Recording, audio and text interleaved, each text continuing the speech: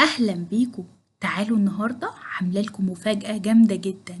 هنعمل مع بعض التشيز كيك البارد بطريقة سهلة وبسيطة وجميلة جدا ومضمونة في البيت، وأحلى وأرخص من اللي بنجيبها من بره بكتير قوي. شايفين شوية طبقات من البسكوت والكريمة وصوص الفراولة عملوا لنا تشيز كيك بارد حلو جدا وسهل قوي. شايفين بقى أول ما طلعت من التلاجة كانت خطيرة يا جماعة، ما قدرتش أقاوم طعمها وفضلت آكل فيها كده من كتر جمالها. تعالوا بقى نبتدي الفيديو نشوف أنا عملتها ازاي. هنلاقي كل المكونات دي كاتباها لكم في الكابشن. هنجيب قالب التشيز كيك اللي بيتفتح من الجنب، ولازم يكون على الأقل عندنا قالب واحد من قوالب التشيز كيك اللي بيتفتح من الجنب علشان نقدر نعمل الحلويات. هندهنه أو هنغلفه بالزبدة، وطبعا الزبدة دي تكون لينة علشان تبقى سهلة معانا في الفرد. هنغلف القالب زي ما انتوا شايفين بالطريقة دي، والطريقة دي مهمة جدا علشان نعرف ان احنا نحط ورق الزبدة. هنقص ورق الزبدة على قد مقاس قالب بتاع التشيز كيك، وهنفرد ورق الزبدة في القعر بالطريقة اللي انتوا شايفينها دي. شايفين بقى فردت الورق الزبدة ازاي؟ هنجيب بقى ورق زبدة كمان ونبدأ ان احنا نحطه في الجوانب بتاعة القالب التشيز كيك بالطريقة دي، وخلاص بقى كده جاهز معايا. بعد كده هجيب معلقة من الزبدة طبعا او سبراي اويل، وهفرد الزبدة كويس قوي في كل أنحاء القالب بالطريقة دي. طبعا ما سيبش ولا حتة غير لما أفرد فيها الزبدة بالطريقة اللي انتوا شايفينها دي. وكمان هاجي عند الجناب وهغلفها بالزبدة كويس قوي علشان لما نيجي نفتح الصينية بعد كده يطلع معانا التشيز كيك شكله متناسق ومتساوي، وده هتشوفوه طبعا في آخر الفيديو. خلاص انا كده خلصت القالب، هشيله بقى واركنه على جنب. كده عندي البسكوت هحطه في الكبة او في الميكسر وهضربه على سرعة عالية جدا لحد ما يتفتفت معايا خالص ويبقى رملي وقوامه رملي خالص. او ممكن ان احنا نستغنى عن الخطوة دي ونحطه في كيس نايلون ونضرب عليه لحد ما يبقى قوامه رملي بالشكل اللي انتوا شايفينه ده. هننزل عليه بالزبدة طبعا بعد ما نكون سيحناها في الميكرويف وتهدى معانا خالص او تبرد معانا خالص، وهننزل بيها على البسكوت. نضربه كمان ضربتين لحد ما يتغلف بالزبدة، وخلاص هو جاهز معايا كده. هبدأ ان انا اخده وهنزل بيه في قالب التشيز كيك زي ما انتوا شايفينه بالطريقة دي. هفرده بقى بسباتيولا كده زي ما انتوا شايفين، وابتدي ان انا اجيب اي كوباية او اي حاجة خفيفة على ايدينا ونبدأ نفرد بيها البسكوت بتاع التشيز كيك بالطريقة الجميلة دي. خلاص انا كده فردت البسكوت، هدخله بقى التلاجة واسيبه. بعد كده عندي جبنة كريمي عليها سكر بودر، وطبعا انا كاتبالكوا المقادير بالتفصيل في الكابشن.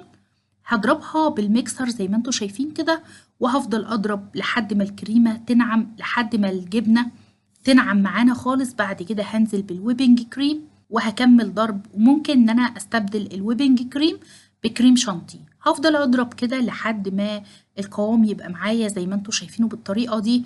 وهحط كمان معلقة من الفانيليا، وفي الخطوة دي يفضل الفانيليا تكون باودر.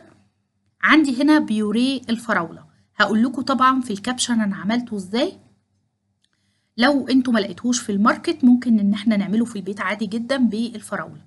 هبدأ بقى ان انا اقلب من تحت لفوق من تحت لفوق في الخطوة دي علشان الكريمة تفضل تقيلة زي ما هي، وكمان تفضل محتفظة بقوامها وما تسيلش معانا وتبقى سايحة. شايفين قوامها متماسك ازاي؟ بعد كده هنجيب شوية من اللبن وهنحط عليهم جيلاتين باودر هتلاقوه في السوبر ماركت، وهنقلبهم كويس قوي. طبعا بعد ما نكون سيحناهم في الميكرويف هنسيبهم يهدوا ونفضل نقلب فيهم زي ما انتوا شايفين كده، وننزل بيهم بقى على خليط كريمة. هنفضل بقى نقلب من تحت لفوق، نقلب من تحت لفوق زي ما انتوا شايفين بالطريقة دي. بس كده الكريمة بقت جاهزة معايا. شايفين بقى لونها حلو ازاي من الفراولة.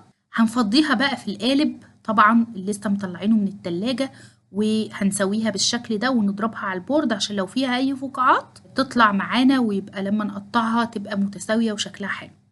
هنطلعها بقى، شايفين بقى شكلها عامل ازاي. سبتها حوالي ساعتين في التلاجة وطلعتها لقيت قوامها متماسك بالشكل ده. عندي هنا بيوريه الفراولة ضربته في الخلاط عادي جدا بس من غير أي سوائل. سيحت جيلاتين بودر وهكتب لكم الكمية تحت بالظبط، وحطيت عليه كمان سكر بودر وقلبته كويس قوي بالمضرب ده.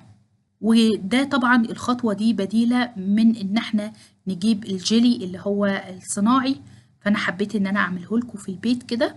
صوص فراولة عادي جدا وعليه جيلاتين وسكر بودر، ضربناهم كلهم مع بعض بالطريقة دي، وهننزل بيهم بقى على الكريمة بتاعة التشيز كيك، وهندخلها بقى التلاجة اوفر نايت.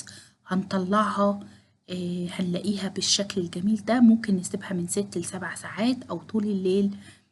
هنفتح بقى، شايفين قوامها متماسك ازاي؟ حبيت ان انا اعملها لكم كده عشان اوريكم قد ايه الجيلي متماسك من فوق والقوام متماسك وحلو جدا. هبدأ ان انا افتح القالب بقى من الجنب زي ما انتوا شايفين بالطريقة دي.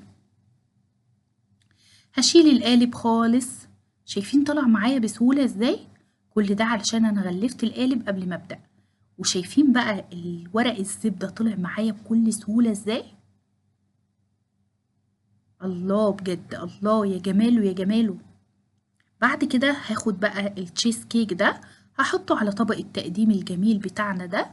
وبعد كده هي مش محتاجة أي تزيين خالص، هنحط عليها شوية كده من الفراولة، وأنا شايفة إن كده كفاية جدا عليها لأن هي جميلة جدا مش محتاجة أي تزيين خالص غير حبات كده بسيطة من الفراولة.